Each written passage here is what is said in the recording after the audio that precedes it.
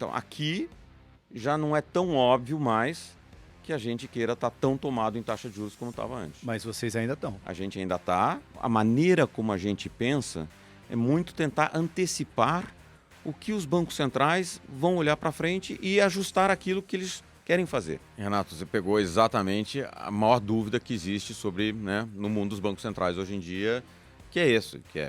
E no grupo do WhatsApp dos bancos centrais está todo mundo falando disso. Está todo mundo falando disso, né? Mandando figurinha. O Paulo manda para Lagarde. E aí, o que você acha?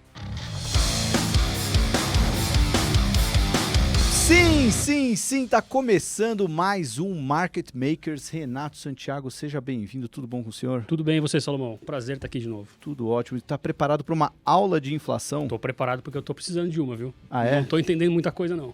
Não precisa entender, é só economizar um pouquinho, mas hoje vamos ter um convidado que sabe muito de inflação. Os fundos que ele toca lá na Ibiúna estão indo muito bem, justamente por conseguir antecipar os movimentos de política monetária. Renato Santiago, mas antes de falarmos de inflação, a gente tem que falar de criptomoeda, é isso mesmo, cara? Exatamente, Salomão. Você entende criptomoedas? Nem um pouco. Cara, nem eu. É por isso que a gente vai começar a fazer uma... Já começou, na verdade, né? Nossa série especial Criptoverso, para ver se a gente consegue entender o que tem por trás de tudo que está acontecendo aí nesse mercado. Eu estou fazendo uma série ali que o primeiro episódio a gente conversou sobre várias dúvidas existenciais que eu tinha. Eu acredito que muita gente na Faria Lima também tem, apesar de não falar, né? Todo mundo fala que entende no Twitter, no FinTwitch, todo mundo tem muita certeza, mas eu acho que todo mundo tem essas dúvidas existenciais aí que eu fui perguntar para as pessoas. É que o conteúdo de criptomoeda, ou ele é feito por todo mundo que sabe de criptomoeda e fala para quem sabe, ou tem as pessoas que não fazem a menor ideia e não sabem para quem perguntar. Sabe qual é a melhor definição sobre cripto? É tudo que você não entende de tecnologia misturado com tudo que você não entende de economia. É isso que é cripto e é por isso que eu fui atrás de entender isso. Porque tem mais de 4 milhões de pessoas investindo nisso no Brasil, segundo a Ambima. Tem $1 trilhão em valor de mercado alocado em cripto no mundo, então não dá mais para ignorar, né, Salomão? E como a gente é curioso, né, vamos sair perguntando, que é isso que a gente sabe fazer. Então já está no ar, né? O Criptoverso já está nas suas plataformas. Ficou muito bom, né, Salomão? Ficou excelente, Renatão. Você daria para um bom apresentador. Obrigado. E já mas tá não qualquer um. Já está no YouTube, já está nas plataformas de streaming. Os episódios vão ter ao todo...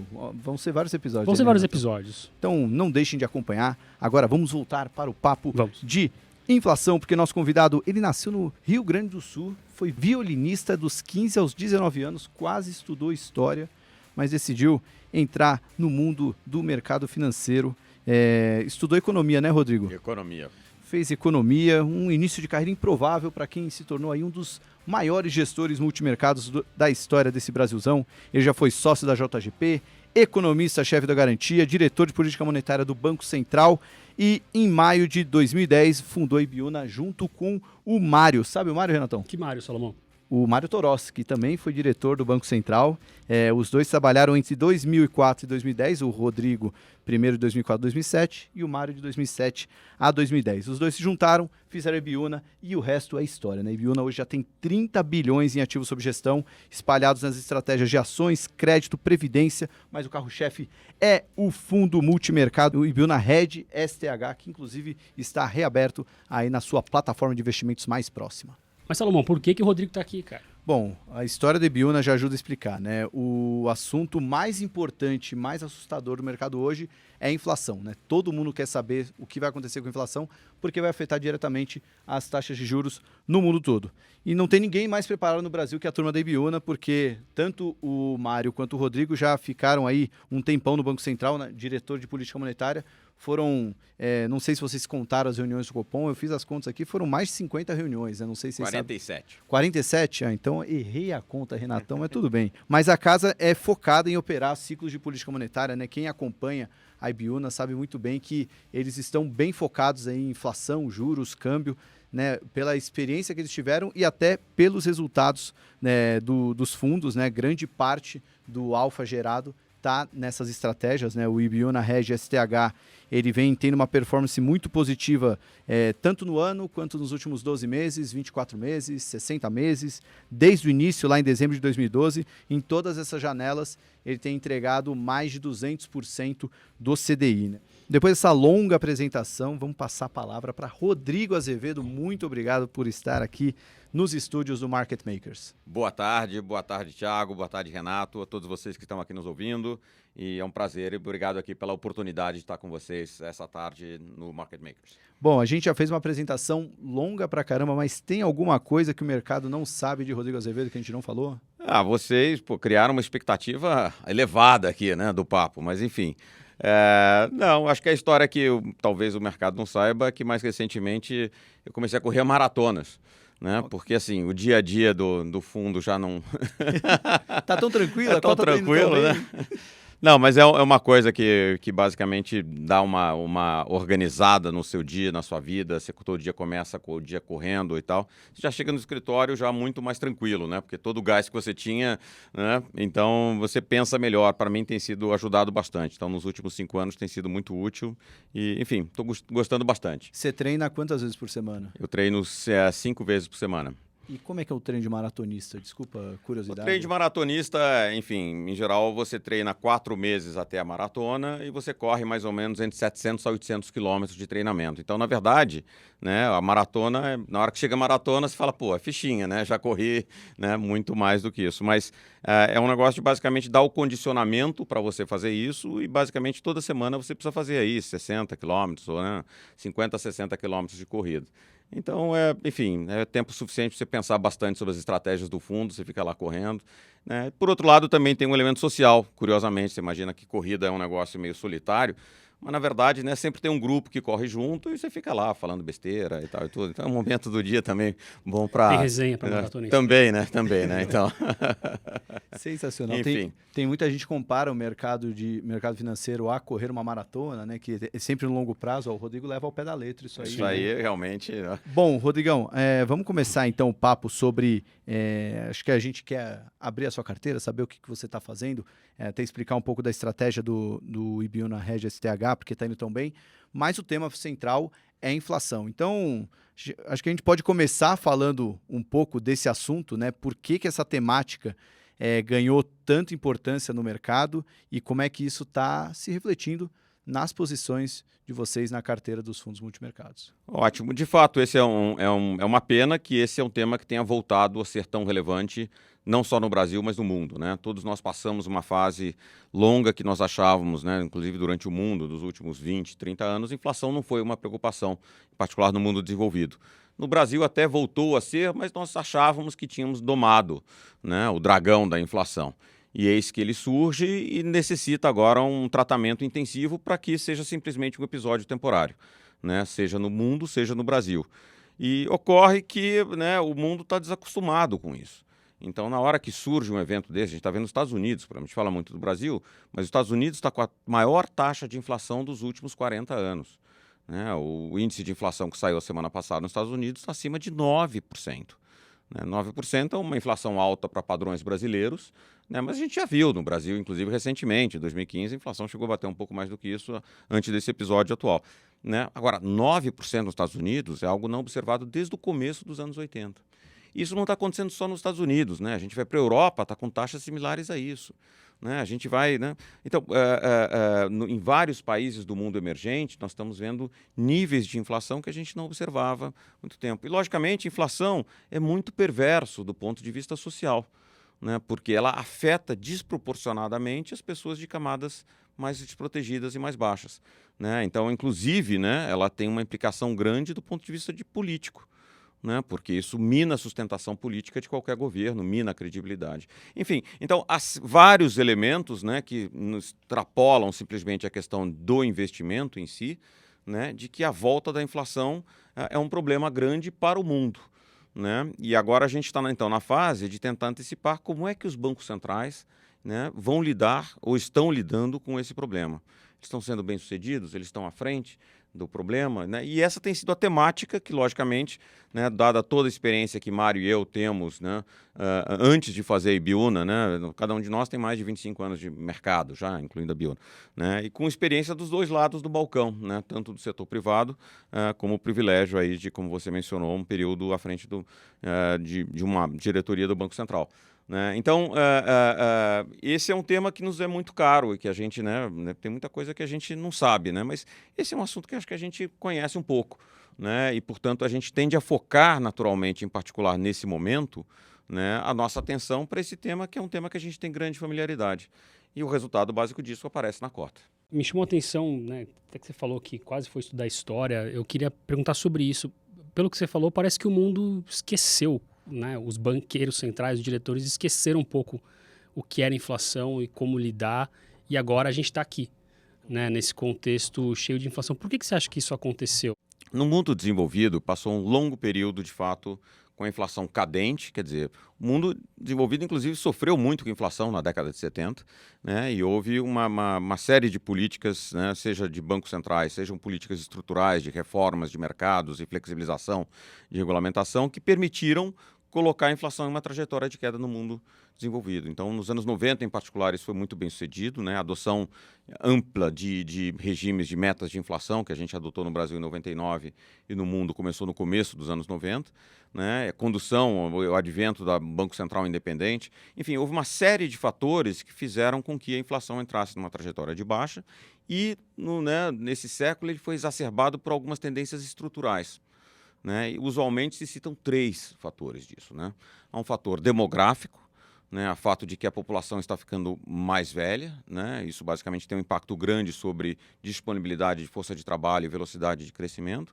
Né? Tem um segundo elemento que é a questão de tecnologia, né? Quer dizer, com a amplificação de novas tecnologias que foram sendo feitas, inclusive muito com computação e a força de tecnologias da informação, né? E vários outros fatores que fizeram basicamente que você ficasse muito mais produtivo. Né? Então, a tecnologia, em geral, ela alavanca muito a produtividade, que é uma maneira de você criar mais bens, né, com menos pressão inflacionária. E o terceiro elemento tem sido o elemento da globalização. Né? Em particular, depois que a China entrou na Organização Mundial do Comércio, WTO, em 2001, né, houve um momento muito mais de inserção da China, que era um foco de desinflação para o mundo inteiro, em todo o processo de cadeias produtivas mais eficientes, etc. Então, tudo isso convergiu para um ambiente onde a gente basicamente achava que o mundo passara a ser um mundo sem inflação. Né? O que a gente viu mais recentemente, no entanto, né, é que algumas dessas forças começaram a se reverter, né, e mais do que isso, né, houve aqui uns fatores que de natureza mais conjuntural, que foi basicamente a resposta que os policymakers, né, enfim, os gestores de política econômica, seja Banco Central, seja política fiscal, deram à Covid. Né, que basicamente, num ambiente onde você já tinha começado a sinalizar uma redução do grau de globalização, com todas as tarifas que o Trump tinha anunciando em relação à China, em relação a isso, e com a Covid, né, ficou claro que as cadeias produtivas não podiam privilegiar só eficiência, tinham que privilegiar também segurança. Na verdade, você não podia defender tanto de um fornecedor que fica do outro lado do mundo, né, se de repente na Covid ele não consegue te fornecer, você não consegue produzir. Né? Então você criou o incentivo para você ter duplicidade ou mais de produtores que não sejam mesmo tão produtivos e você ficou sem alguns insumos. Então isso criou dificuldades na cadeia produtiva, que trouxeram uma pressão inflacionária, mas principalmente você teve aqui uma conjunção de fatores de natureza conjuntural, que é uma restrição de oferta, né, trazida pela Covid, tinha uma série de trabalhadores que do dia para a noite não podiam trabalhar. Né? E, ao mesmo tempo, você colocou muito estímulo, seja a magnitude do estímulo que foi colocado, em particular no mundo desenvolvido, seja monetário, seja fiscal, né? Todos os Auxílio Brasil equivalentes, né, no resto do mundo, os cheques que foram dados, foram de uma magnitude nunca vista antes na história da humanidade. Né? E o que acabou acontecendo é que, com o advento da vacina, em particular, nós conseguimos normalizar, né, a vida das sociedades muito mais rápido do que se imaginava. E esses estímulos estavam ainda presentes. Então, eles geraram muito mais demanda num ambiente onde a gente tinha uma oferta mais restrita. E aí isso criou um processo inflacionário, ele bateu muito, em particular, em commodities, né, todo o preço de energia. Uma parte da história de commodities também é a transição para uma matriz mais limpa, né, que momentaneamente se espera, né, ele acaba reduzindo a oferta de energia, em particular de fontes mais sujas. Mas você não tem ainda uma ampla disponibilidade de energias de fonte limpa. Então, o custo da energia, nesse momento, ele sobe significativamente, né? E junto com isso, né, nós tivemos, basicamente, o problema da guerra da Ucrânia, ainda por cima, né, que restringiu ainda mais uma parte da oferta de energia e, de outro lado, subiu muito o preço de alimentos, dado que você tirou da tomada dois grandes produtores de alimentos globais, que é a Rússia e a Ucrânia, né? Então, você junta uma série de fatores, né, de um lado, muito estímulo, de outro lado, várias restrições de oferta, que basicamente fazem com que a inflação suba. Em geral, né, isso é aquilo que nós economistas chamamos de um choque adverso de oferta. O que é um choque adverso de oferta? É uma situação onde a oferta ela é reduzida, né, por conta de algum efeito climático, uma guerra, etc., né, e o preço sobe. Quando isso acontece, né, temporariamente o preço e a inflação sobe, né? Só que na hora que a oferta, o preço sobe, em geral, né, ao longo do tempo, né, os produtores reagem, aumentam a quantidade e o preço cai. Então, o impacto, em geral, ele é temporário. E os bancos centrais não têm muito que se preocupar com isso, porque a inflação sobe e depois ela cai, né? Só que dessa vez, como você tinha dado muito estímulo, o mercado de trabalho está muito apertado. E aí você tem uma inflação que sobe e aí os trabalhadores começam a pedir, naturalmente, reposição salarial. E como eles estão com poder de barganha porque o mercado de trabalho está apertado, aquele choque inicial tende a se propagar. E aí esse é o risco que essa subida grande de inflação acabe demorando muito mais para cair. E aí você começa a voltar a preocupar-se com algumas das questões estruturais, em particular a globalização, que talvez não tenha mais aquele efeito de trazer o preço tão para baixo como ela tinha antes. Então, a gente juntou uma combinação de fatores estruturais com a Covid e os impactos da Covid e a resposta à Covid. Isso basicamente criou uma onda global de inflação.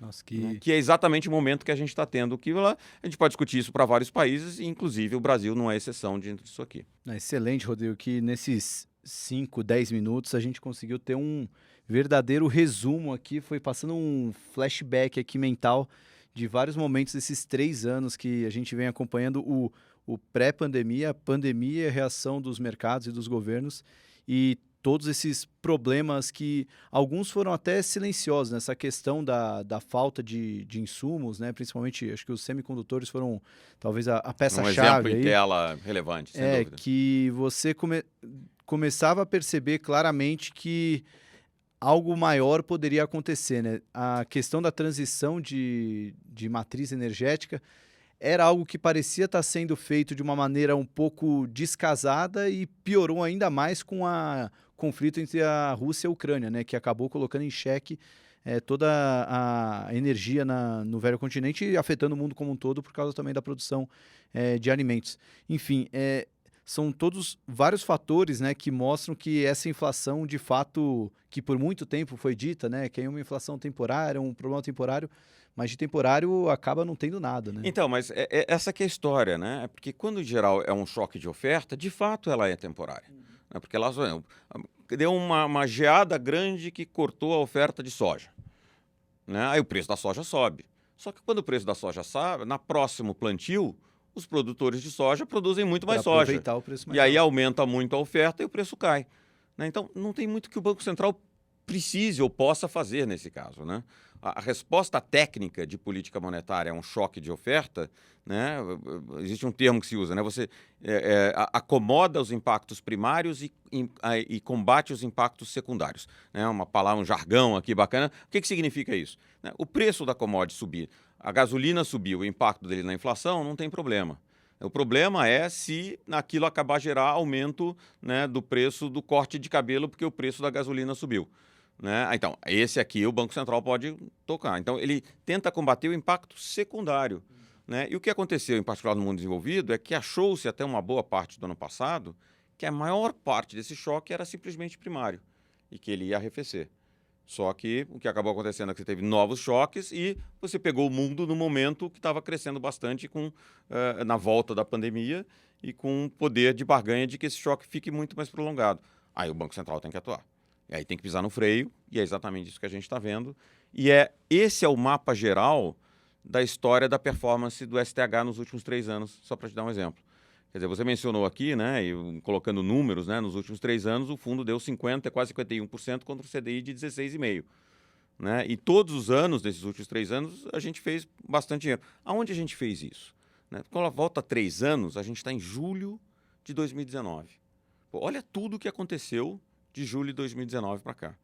Mas a história, para nossa perspectiva, a história foi, em 19, você tinha a história da guerra comercial. Não tinha Covid, não tinha nada. Mas a história da guerra comercial, para a gente, era uma história que ia exacerbar tendências que já vinham mostrando na inflação de desaceleração global, num ambiente que você não tinha inflação. Então a gente olhou e falou assim, pô, isso aqui vai levar os bancos centrais a cortarem a taxa de juros. Já estava posicionando para isso quando chegou em maio e o Trump anunciou a guerra comercial contra a China. Ele falou, isso aqui é um desastre. E a reação dos bancos centrais, isso aqui vai ser, né, corta muito a taxa de juros para evitar que o mundo vá para uma recessão. Então, a história de 19 foi feita basicamente em cima desse movimento de, né, vai ter recessão, vai ter deflação, o Banco Central vai cortar. Quando chegou em 2020, a gente achou, bom, já cortou a taxa de juros, juro baixo com muita liquidez, é bolsa para cima. Então, a gente estava comprado em bolsa, a bolsa, né, já tinha andado muito, a gente colocou um hedge na bolsa, que eram posições aplicadas nas taxas de 10 anos dos Estados Unidos. Né, porque era meio que um hedge, se a bolsa cai, né, o juro de 10 anos fecha. E aí, quando chegou em fevereiro, né, que começou a vir aquela onda vindo da China e chegou na Itália, a gente olhou para aquilo e eu lembro bem que tinha a nossa discussão, é quando apareceu o primeiro caso em Londres. Né, porque em Londres é outro capítulo. Por que é outro capítulo? Porque a gente reage muito àquelas coisas que estão perto da gente. Aquilo que está longe a gente imagina, conversa e tal e tudo, mas quando bate aqui perto da gente, todo mundo reage. E Londres é um dos maiores centros financeiros globais. Né? Então a gente imaginou, se houver um lockdown em Londres, os mercados vão apavorar. Então na hora que surgiu o primeiro caso em Londres, a gente ficou muito cauteloso e foi lá e mudou toda a estrutura do fundo. E aí na hora que de fato apareceu no final de fevereiro, começo de março, uma grande onda, a gente falou, bom, aqui, se os bancos centrais reagiram cortando a taxa de juros em 19, em 20 eles vão, né, jogar o máximo que dá. E a gente saiu completamente dos ativos de bolsa e foi para as histórias. Então, dá para reparar como a maneira como a gente pensa é muito tentar antecipar o que os bancos centrais vão olhar para frente e ajustar aquilo que eles querem fazer. E trazendo isso para hoje, vocês estão ganhando dinheiro, acredito, apostando na alta de juros, que seria na posição tomada ou aplicada, Renatão? Aplicado. Tomada. Aê, Renatão. Muito bem, Renatão. O Rodrigão Tomada. vai cortar, vai colocar só a resposta certa. Então, vocês estão tomados em juros. Não, só um parênteses, ele perguntou, não é para me testar, porque ele não sabe também. Eu não Tá? sabia. Minha dislexia não permite acertar A isso gente aí, nunca... né? Mas vocês ganharam dinheiro nessas posições tomadas em juros. Então, analisando toda essa sua resposta e explicação, vocês se anteciparam ao fato de que os bancos centrais estão no termo que usam aí, atrás da curva e vão ter que subir os juros muito mais do que, de fato, o mercado esperava? Basicamente é isso, tá? Mas se eu dar um passo atrás, de novo, para entender um pouco como é que a gente pensa sobre o assunto, tá? Na verdade, a história de você olhar para ciclos de política monetária é que o juro sempre está subindo ou ele está caindo. Ele fica pouco tempo em cima e pouco tempo embaixo. Então, para a gente, o que a gente faz? A gente todo dia acorda, chega lá no escritório, conversa com os economistas, conversa com o grupo e pergunta, em que ponto a gente está? Está subindo ou está caindo? Se está subindo, você quer estar tomado em taxa de juros, posições que se beneficiam se o juros, né, é mais alto do que aquele que está na curva de juros. E se você está caindo, você quer estar aplicado na taxa de juros, que é apostando que o juro vai cair mais do que aquilo que está no mercado. Né? E onde é mais complicado, mas onde tem dinheiro para ganhar, é quando você tem os pontos de virada.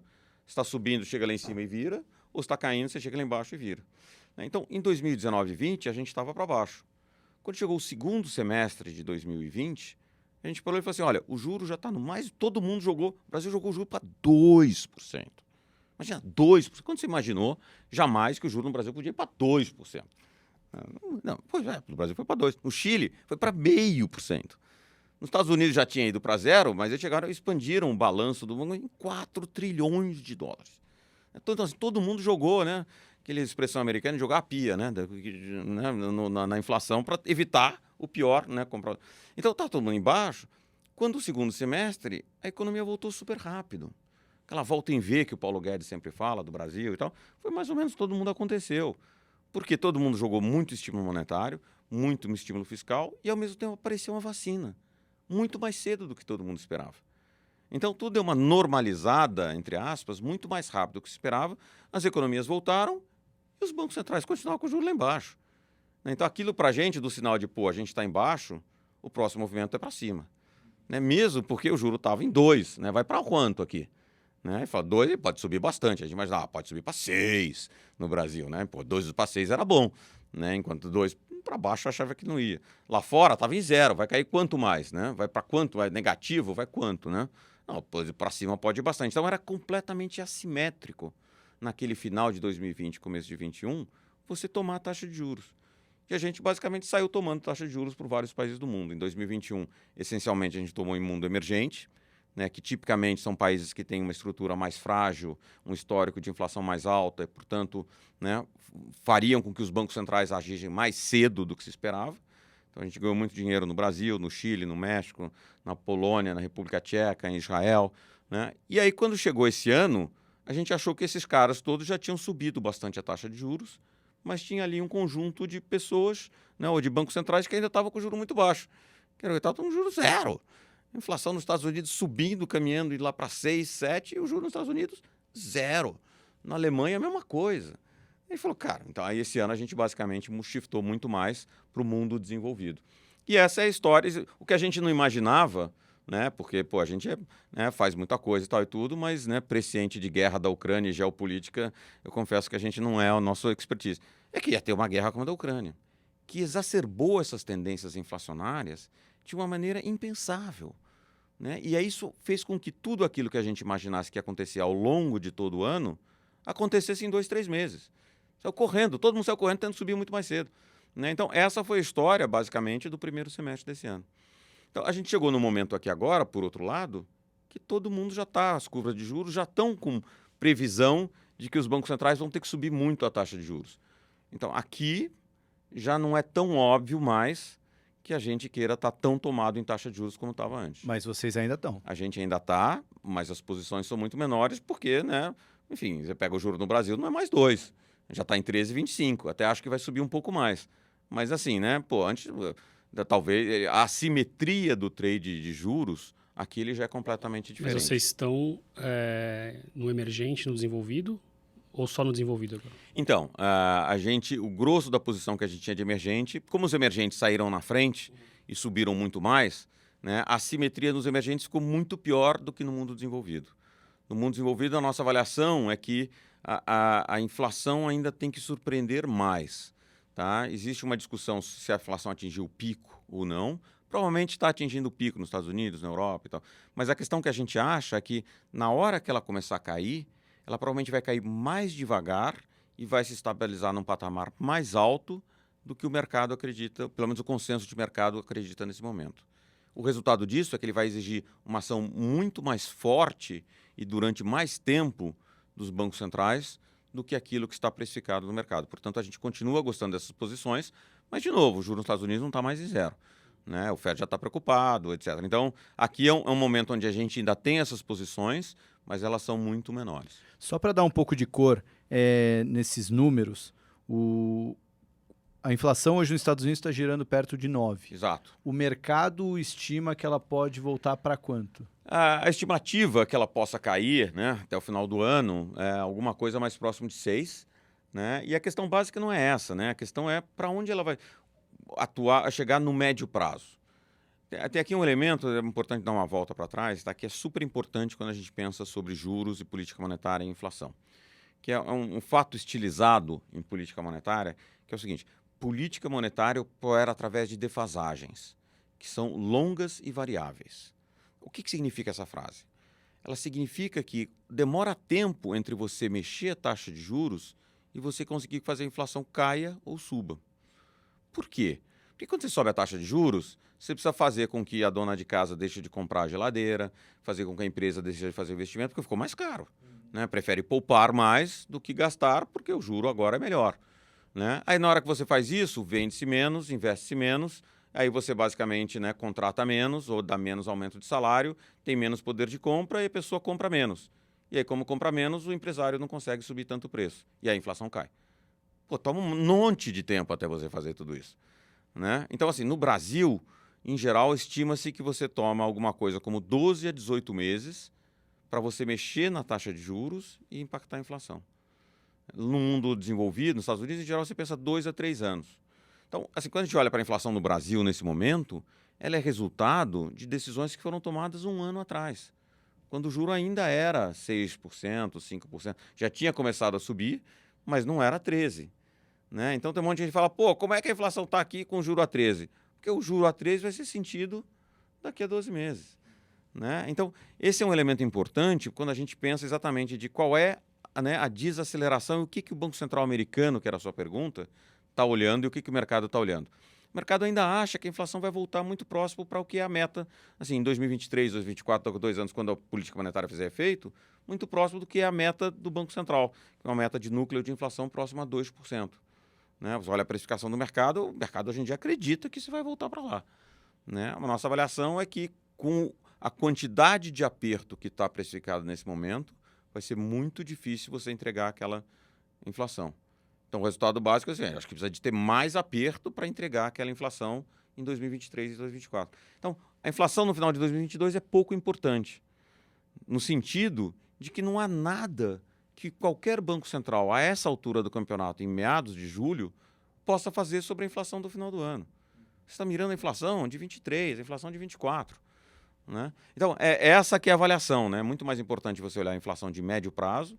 E a nossa avaliação é que depois que você fizer o pico, provavelmente vai acontecer que você vai cair mais devagar e vai tender a estabilizar num patamar mais alto se o que for entregue de aperto é aquilo que está no mercado nesse momento. Agora, você falou que são 12 a 18 meses para a gente ver um efeito, mas durante quanto tempo precisa durar o aperto para a gente ter um efeito daqui a 18 meses? A gente tem pelo menos 18 meses de juro a 13 ou ali na frente já vai começar a dar para baixar? Na hora que você aperta, né, e 12 meses à frente, o aperto se intensifica muito.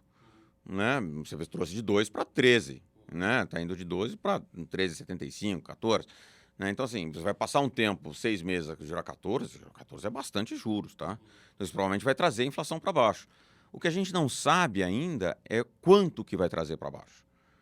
Né? Então, essa que é a discussão. Isso, né, cai na segunda. Tem uma parte que é a defasagem é longa, mas tem uma outra parte que ela é variável. O que significa isso? A gente não tem um mapa muito bom de quanto de juro eu preciso subir para quanto de inflação vai cair. Tem uns modelos econométricos que te dão vários números muito bons e tal e tudo, mas aquelas estimativas, elas te dão uma ideia, mas o mundo insiste em discordar. Né? Você está lá fazendo uma projeção com a inflação, aí veio a guerra da Ucrânia, que sobe muito mais. Então, de repente, você tem lá o impacto desse choque com esse juro te leva à inflação de tanto. Né? Só que se tiver outro choque, vai mudar a sua projeção e o juro vai ter que ser mais alto. No caso do Brasil agora, é um exemplo outro, também importante, que é a política monetária está tentando, de alguma maneira, desacelerar a economia para trazer a inflação para baixo. Mas a gente tem uma política fiscal que, por conta das eleições, resolveu acelerar a economia. Então, a gente está numa situação meio esquizofrênica, né? Porque tem alguém que está pisando no freio e o outro, no mesmo governo, pisando no acelerador. Né? Então, logicamente, se acontece isso, se tem alguém pisando no acelerador, o juro que você vai precisar ter é mais alto. Dependendo de quanto tempo durar aquilo, você vai ter que manter o juro mais alto antes de trazer para baixo. Então, é uma outra sutileza importante, né? Que a política monetária ela não opera no vácuo. Ela opera em conjunto com outras forças, entre as quais a política fiscal. E aí isso justifica estar mais leve em Brasil, né? Vocês não estarem posicionados. A história do Brasil é o seguinte, o Brasil foi um dos primeiros, né, que avançou bastante nesse processo, né, e está com juro bem mais alto e provavelmente está mais avançado no controle da inflação do que outros países, enfim, que a gente tem acompanhado. De fato, né, o Brasil foi um dos primeiros e está mais avançado. No entanto, no Brasil a gente tem uma incerteza enorme, que é a questão da eleição. Né? E que basicamente, né, de novo, eu contei para você a história de que a gente fica olhando lá em que ponto você está do ciclo de política monetária e tal e tudo, mas cada país tem a sua idiosincrasia. A do Brasil, nesse momento, é a eleição, que pode afetar completamente a trajetória dos juros. Seja porque, né, existe um gasto eleitoral em cima da hora, né, seja porque, no médio prazo, que é quando a política monetária afeta, né, a gente não sabe qual vai ser o regime fiscal que vai ter no Brasil no ano que vem. E isso não depende do candidato A ou do candidato B, né, porque os dois a gente tem uma incerteza enorme. E no nosso entender, quando a gente para e olha, não existe um incentivo, né, para nenhum dos candidatos, antes da eleição, chegar para o público todo e falar, olha, sabe o ano que vem, lembra que eu prometi que eu vou aumentar o salário mínimo, lembra que eu vou te dar aquele gasto? Não vai rolar porque eu tenho que trazer a inflação para baixo só em 2025, tá? Ninguém vai falar isso, né? Então, do nosso ponto de vista de investimento, né, essa incerteza muito provavelmente não vai se dissipar, pelo menos até outubro. Então, apesar do Brasil estar muito mais avançado, provavelmente o Brasil já está chegando naquele ponto de virada que a gente conversou e começa a discutir se, pô, será que já está na hora ou não, né? Isso aqui cria uma tamanha incerteza que é um desincentivo grande a você tomar essas posições nesse momento, né? Logicamente, a gente monitora os eventos todos em alta frequência e é possível que a coisa mude nos próximos 3 meses. Mas com a informação que a gente tem agora, a gente não gosta de tomar posições que basicamente têm um retorno potencialmente bom, mas que ela balança tanto que ela atrapalha o seu portfólio, né? Que são aquelas posições conhecidas como posições de Sharp ex ante ruim. O que é o Sharp? É a relação entre o retorno e a volatilidade.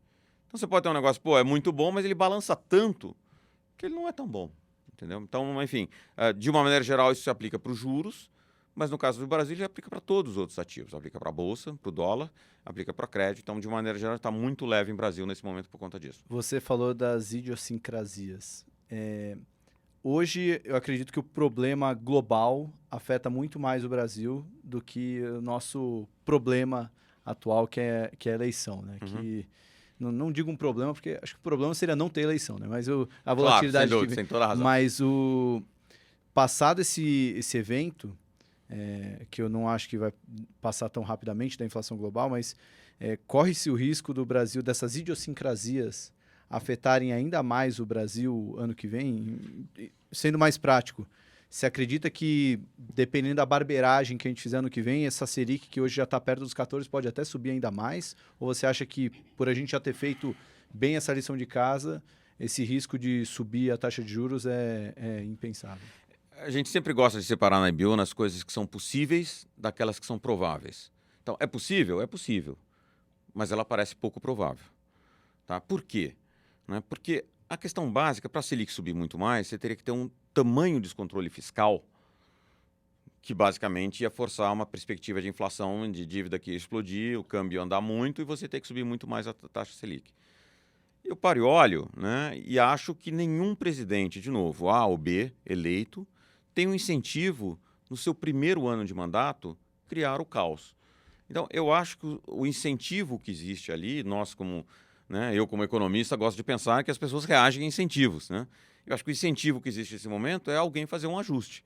Você pode discutir se o ajuste vai ser bom, se vai ser ruim, se vai ser grande, se vai ser fraco, mas, assim, acho que a tentativa será de se fazer um ajuste. Então, se você fizer um ajuste fiscal ao mesmo tempo que você já tem uma política monetária apertada, muito provavelmente você vai conseguir trazer a inflação para baixo. Aí você pode discutir o quão rápido e para que nível, mas muito provavelmente a inflação vem para baixo.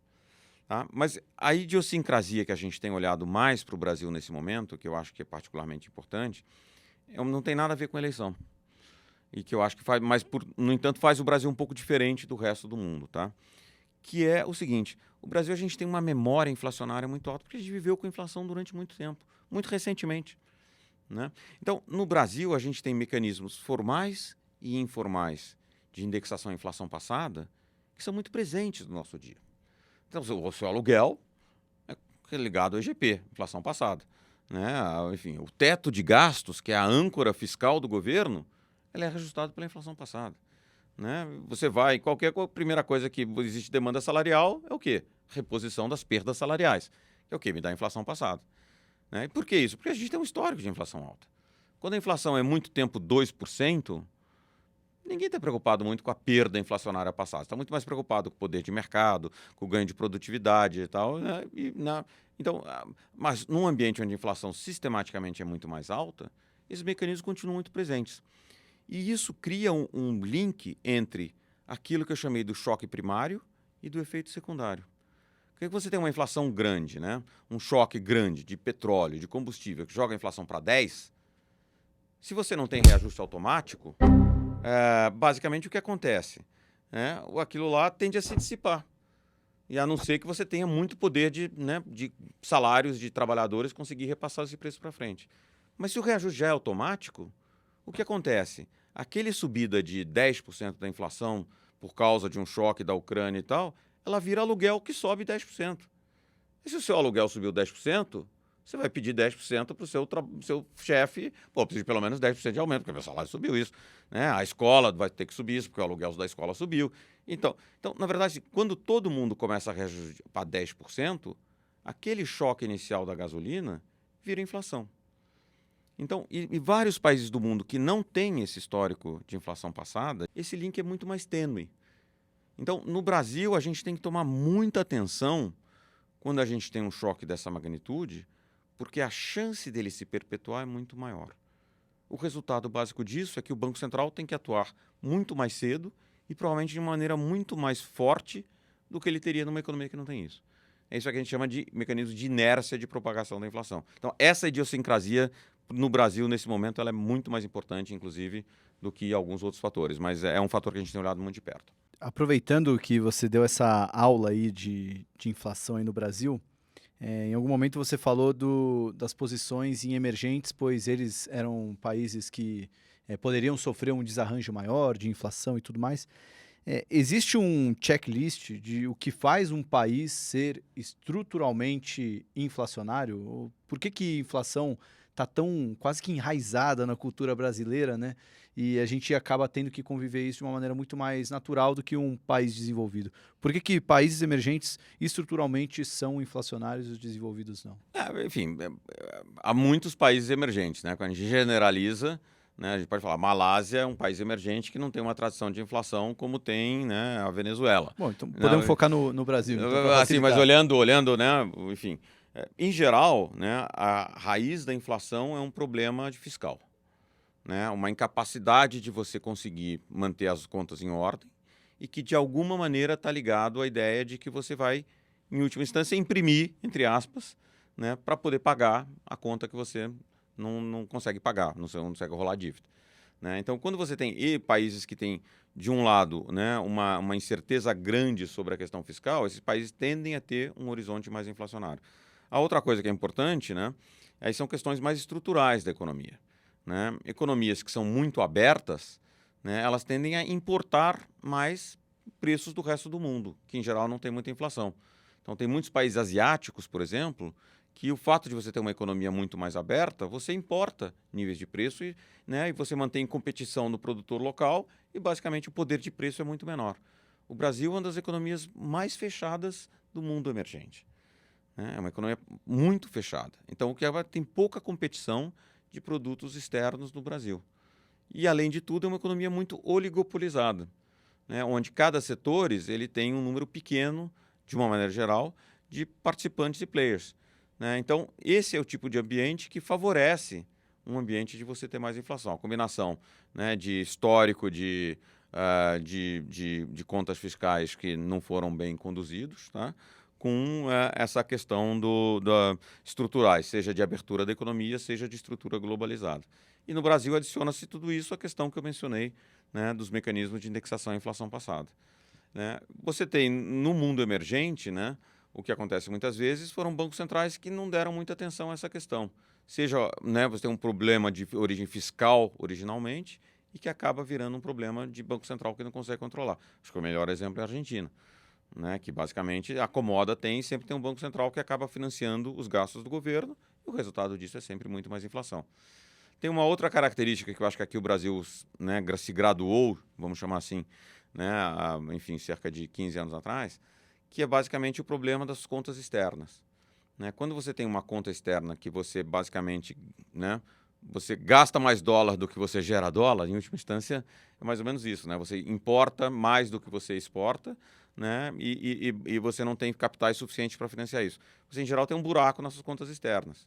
E aí o que acaba acontecendo é que quando o dólar se deprecia, isso pode gerar muita inflação. Né? O Brasil conseguiu virar credor líquido, né, em moeda estrangeira, ou seja, hoje em dia o Brasil tem muito mais ativos em dólares, como governo, do que dívidas em dólar. Né? Nossas reservas internacionais, 350 bilhões de dólares, né, contra dívida em dólar, que é, sei lá, alguma coisa, nem sei o último número, deve ser alguma coisa de 60 bilhões de dólares. Então, isso basicamente tira uma potencial fonte de inflação, que é uma depreciação descontrolada da taxa de câmbio, né? Então, esse problema, pelo menos, a gente não tem, vários outros emergentes, esse problema ainda existe, né? Mas isso são algumas das características que a gente olha quando a gente faz análise de cada país para identificar exatamente o potencial de inflação que tem ali ou não. Legal. Eu estava tentando lembrar, enquanto o Rodrigo falou da Argentina, da declaração do presidente da Argentina explicando sobre a inflação. Você Que lembra? eles lembram. Que era o sucesso da economia, Eles o motivo da inflação. estavam vendendo muito, né, exportando muito, daí estavam tendo que comprar muita coisa para depois exportar bens. Foi Maravilhoso. uma macroeconomia freestyle essa daí. A gente vai botar depois lá no Instagram com a legendinha. Essa aula de economia, bom, não é bem uma aula, mas vale a pena o registro. Essa aula eu não fui, graças a Deus.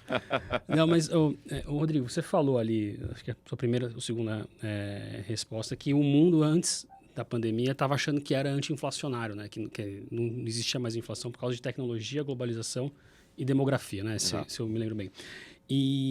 Só que aconteceu tudo isso, essas coisas que você citou, elas vão acabar um dia, né? Guerra na Ucrânia, pandemia e tal. E como é que o mundo vai ser depois disso em termos de inflação? Dá pra gente pensar, o mundo era realmente, a gente vai voltar a ser não inflacionário? O pessoal estava certo ali e aconteceu isso, ou a gente sempre estava errado e agora esses fenômenos mostraram a realidade? Renato, você pegou exatamente a maior dúvida que existe sobre, né, no mundo dos bancos centrais hoje em dia, que é isso. E no grupo do WhatsApp dos bancos centrais está todo mundo falando disso. Está todo mundo falando disso, né? Mandando figurinha. O Paulo manda para Lagarde, e aí, o que você acha, né? Então, é mais ou menos isso, né? Mas a história básica, no fundo, é o seguinte, né? É que tem um elemento desses três, que é a globalização, que está mudando muito de cara.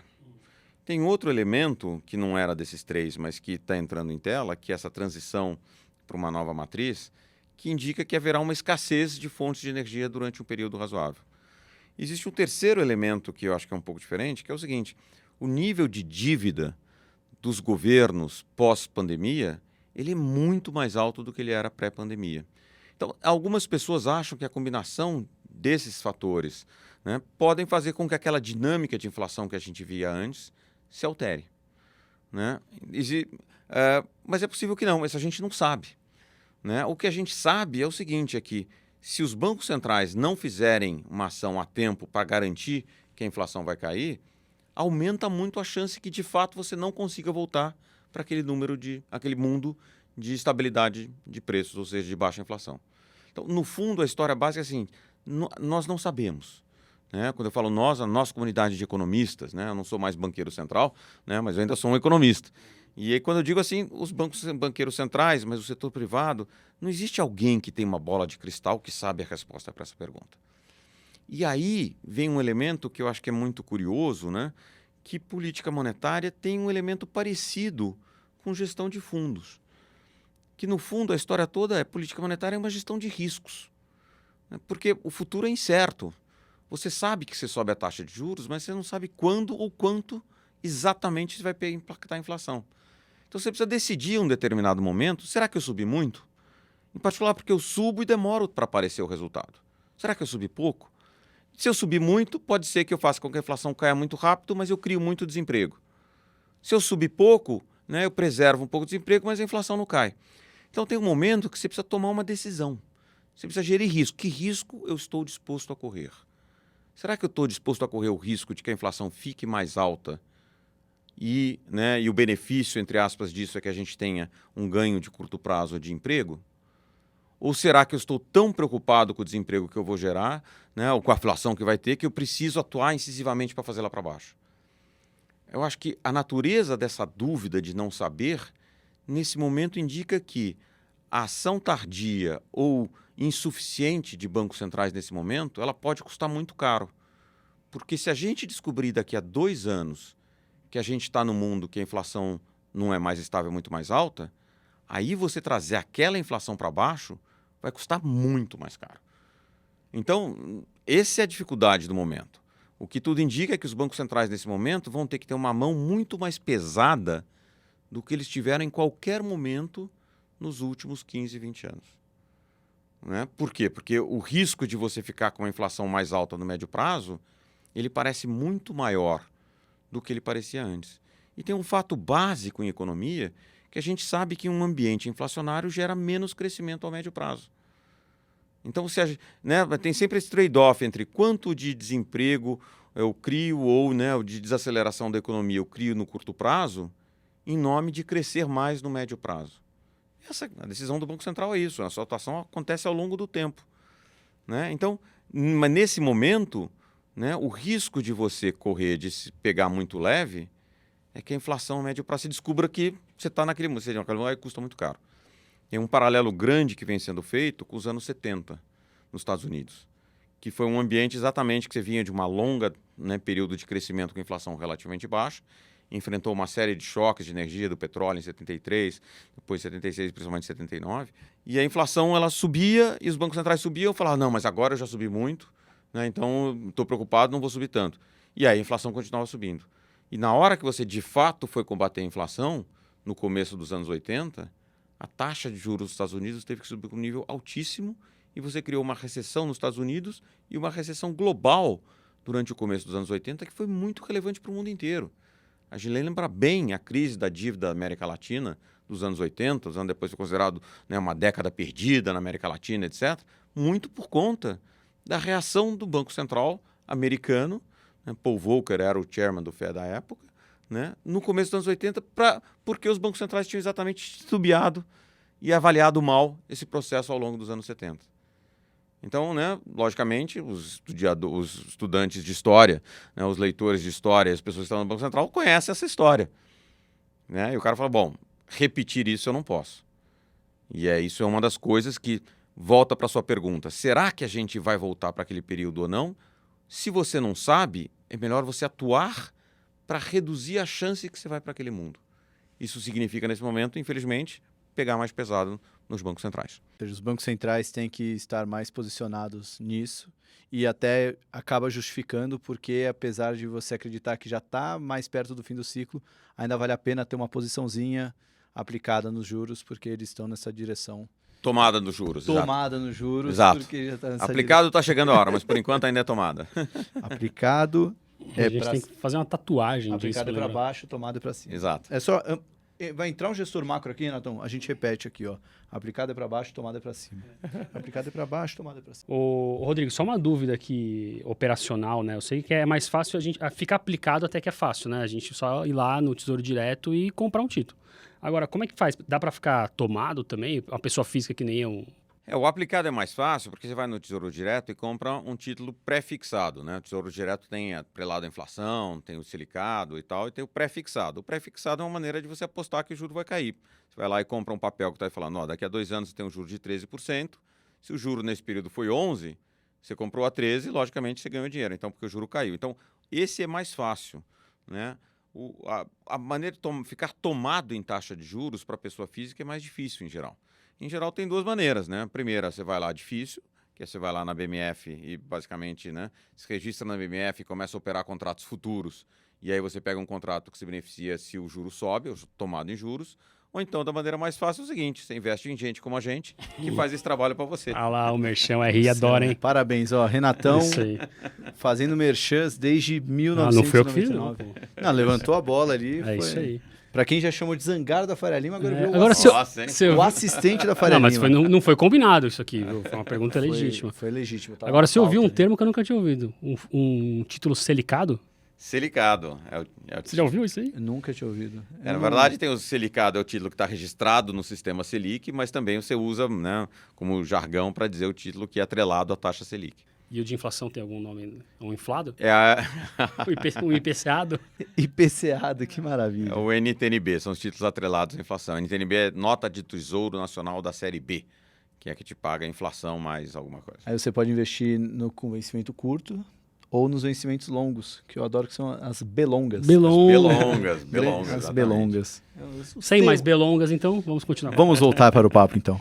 Bom, Rodrigo, a gente preparou aqui, a gente tem nosso momento ping-pong, o momento Marília Gabriela do programa, que com o gestor multimercado é legal porque a gente pode fazer meio que um resumo do que foi a conversa, falando o nome de um ativo e você falando se é compra, vende ou fica de fora, né? Então, acho que isso vai ajudar a fazer um resumo do que foi o papo até agora.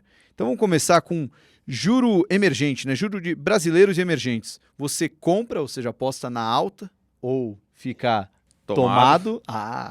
Vende, ou fica aplicado ou fica de fora? Eu estou, dependendo do país, tomado ou de fora. Qual país você está tomado? Eu estou nos países desenvolvidos nesse momento, principalmente. Ah, tá. Mas era a segunda pergunta, era os desenvolvidos. Então, desenvolvidos você está tomado Exato. e emergentes você está Eu de vinha fora. tomado até recentemente, hoje em dia a maior parte das emergentes eu estou fora. Pensei que ia Subiram falar- muito rápido. Pensei que ia falar, eu vinha tomado até vir aqui no programa, aí eu zerei antes. E o dólar? Dólar, eu prefiro ficar comprado em dólar. Comprado. Alguma moeda que você prefere ficar comprado ou vendido? Nesse momento, eu acho que o dólar é o momento onde, seja pelo juro que está subindo nos Estados Unidos, seja por perspectiva, a gente está muito preocupado com o que vem aí pela frente. Ondas de aversão a risco, em geral, tem fuga para a qualidade. Né? E fuga para a qualidade, em geral, favorece o dólar globalmente. Boa. Bolsa internacional. Zerado ou vendido. E bolsa brasileira? Zerado ou vendido. Ô, louco. Criptomoedas? Zerado. Zerado? Eu não entendo nada. Aí, Renato, Preciso pegar lá o... Sabe como é que se chama isso já aí? tem um Precisa espectador para o Criptoverso. Precisa pegar o Uau. criptoverso aqui do Uau. Renato para me ilustrar sobre o assunto. Tem algum ativo aí que você queira pôr aí na pauta, Renatão? Não, Obras não. de arte. Tá comprado ou NFTs. vendido? Não, teve uma época que o pessoal tava comprando Relógio. terra, obra de arte. Quando o juro é baixo, em geral, é isso que acontece. Quando o juro sobe, todo mundo prefere... Maré turbo. Maré demais. azul. Aliás, o meme lá da carne congelada funcionou comigo. Comprei umas carnes para um churrasco, botei no freezer, tirei depois de 3 meses, a etiquetinha lá mostrou que eu ganhei dinheiro. E você vendeu? Não vendi, tá lá. Tá segurando para um outro momento ainda. Sou buy and hold. Tá. Vou esperar um pouquinho mais para vender essa carne aí. E, bom, agora o nosso ping-pong é um livro do mercado para recomendar para a nossa audiência do Market Makers. Eu gosto muito e recomendo, inclusive, para o pessoal da Ibiúna lá, sempre que estão lá, que chama Manias, Pânicos e Crises. Baita livro. De um sujeito chamado Charles Kinderberger, né? É um livro muito interessante porque ele dá exatamente essa noção desse período de euforias que são bem mais comuns do que a gente imagina na história financeira ao longo dos tempos, né? Desde compras e vendas de tulipas, né, na Holanda no século XVI, XVII, até, enfim, ferrovias, né, ações de ferrovias no século XIX. E mais recentemente vemos aí, né, housing em 2008 e alguns dizem cripto em 2020, mas enfim. Cripto é bolha, Renatão? Essa aí eu Não sei ainda, tô tentando descobrir. preciso ler aqui, ouvir o Renatão para Bolha saber pode ser sobre o sobre assunto. qualquer coisa. Agora, com esse nome, esse livro podia ser de um psiquiatra, né? Ele tem Pânicos vários e Crises. elementos de psicologia, né, de finanças comportamentais, vamos chamar assim. Exatamente porque o comportamento humano que leva para bolhas está associado exatamente a isso, né? Então, Eu ouço mania, só consigo lembrar de cheia de manias. Mas isso Isso entrega acho um que é pouco... uma mania isso. É uma mania. Pode ser, belo trocadilho. E um livro de fora do mercado, Rodrigo? de fora do mercado, tem um livro de um assunto que eu gosto muito de ler sobre, né, aventuras de exploração geográfica do século XIX, do século XX. E tem um que eu gosto muito que chama O Último Lugar da Terra, num sujeito chamado Hunterford, que basicamente conta a história da disputa entre o Scott e o Amundsen pelo Polo Sul. Né? E tem uma história muito interessante, porque o Amundsen era o meticuloso, que previu tudo, etc. E o Scott era o sujeito mais intuitivo, né? Um pouco mais de improviso. E não é à toa que o Amundsen chegou primeiro do que o Scott. E o livro basicamente conta essa história toda de uma maneira muito interessante e detalhada. Enfim, recomendo fortemente. Legal que esse bloco do programa a gente está descobrindo uma paixão pela geografia, né? Dos nossos convidados. Sempre um livro voltado aí para assuntos, né, do nosso querido planeta. E uma anti-recomendação de livro, Rodrigo. Aquele livro que, bom, o pessoal fala aí pra caramba para ler, você tentou ler, achou muito chato, até comprou e não leu, ou tem a definição que eu amei, Renatão, que você fez. Que tem porque tem os livros para você ler antes de morrer e tem livros para você morrer antes de ler. Nesse caso, é o livro para você morrer antes de ler. Não, a gente não está desejando isso para ninguém, mas qual é a anti-recomendação? Não, e não Rodrigo? necessariamente é um livro ruim, né? Às vezes é um livro que, pô, não serve para tanta coisa, não é para todo mundo. Enfim. É um livro Rogério Ceni, como diria Milton Leite. Um livro vencedor. É isso, né? Pode ser também. Mas, e aí, Rodrigão? Não, enfim, esse é mais difícil, né? Mas eu acho que assim, tem um livro que tem um nome hype em torno dele, foi um best-seller e tal e tudo, mas eu particularmente achei muito chato de ler, né? Que é O Capital no Século XXI, do Thomas Piketty. Né? Tem muita história em cima dele, até, enfim, uma discussão relevante que eu acho que é sobre o tema de desigualdade. Eu confesso que eu achei o livro muito chato, mas enfim. Talvez caia nessa categoria do livro que eu não recomendo. A gente, depois que criou isso, a gente percebeu que entramos numa cilada, né? Porque agora Ray Dalio, Piketty, Damodaran e Nassim Taleb, os 4... Nunca vão vir. 4 gringos que jamais virão Ou para a gente pode chamar todos e, por favor, defenda-se, né? Não, o Taleb, imagina botar o Taleb Nossa. para isso, meu Deus.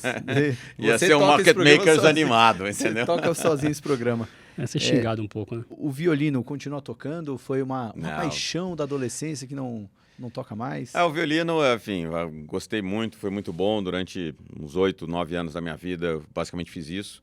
Toquei muito casamento para ganhar dinheiro quando eu era adolescente. Mas depois aí outras paixões foram surgindo.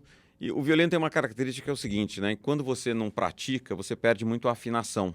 Que é diferente do piano, que você vai lá, você aperta a tecla e sai a nota que você... Né? O violino você precisa colocar o dedo no lugar certinho para basicamente sair a nota que você quer.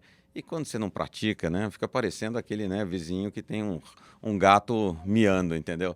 Então, aí, enfim, precisa um dia voltar, treinar muito, voltar com a afinação para voltar a tocar, mas aí ficou mais difícil. Mas eu continuo gostando muito de música e aprecio, virei um apreciador constante de música clássica. Acho que o Rodrigo vai voltar a tocar quando for a hora de vender as ações, né? É isso que eu ia dizer. Se eu visse um gestor multimercado tocando violino, eu ia falar, bom, vou vender tudo. Porque, para quem não entendeu a referência, né, aquela frase famosa do Buffett, ou dizem que é do Buffett, né? Compre ao som de canhões, venda ao som de violinos. Então, quando o Rodrigão aparecer com o violino aqui, já sabe, Tá zera a carteira. Depende do violinista, né? Esse aí. Botando pânico. Quero agradecer demais para Rodrigo Azevedo por estar aqui nos nossos estúdios. Muito obrigado, Rodrigo. Deixa um recadinho final para a audiência que está te vendo ou te ouvindo aqui no Market Makers. Bom, obrigado, Thiago. Obrigado, Renato. Obrigado a você que nos ouviu até agora. Eu acho que o que a gente tem aqui para dizer, enfim, aqui tem um ambiente aí provavelmente bastante complicado pela frente, mas eu acho que a equipe que a gente tem aí na Biúna já há 12 anos trabalhando junto está em condições de enfrentar isso e tentar continuar, né, agregando valor e retorno aí para os nossos clientes. Acho que a nossa história mostra que a gente é capaz disso. Logicamente, performance passada não é garantia de retorno futuro, né? No entanto, quando a gente olha para o que a gente fez em condições de mercados que a gente fez, acho que dá para ter uma confiança razoável que a gente é capaz de atravessar e navegar mares turbulentos, potencialmente, como aqueles que a gente vê para os próximos 3 a 6 meses. Mas, Renatão, valeu demais. Bela camisa, eu tenho que voltar a usar. Só tá lavando, imagina. A minha tá lavando, mas tudo bem. Eu tô ficando mais confiante usando branco aqui na gravação. Isso aí, arriscado. É meio arriscado. Bom, gente, você que acompanhou aqui no YouTube, muito obrigado pela sua audiência, obrigado por acompanhar. Não deixe de se inscrever no canal, compartilhar com seus amiguinhos. E se você ouviu pela sua plataforma de streaming favorita, não deixe de avaliar esse episódio e também mandar para todo mundo que o Market Makers está aí toda quinta-feira com um novo papo de mercado bem interessante, com convidados bem mais inteligentes do que a gente. Até a próxima semana e tchau!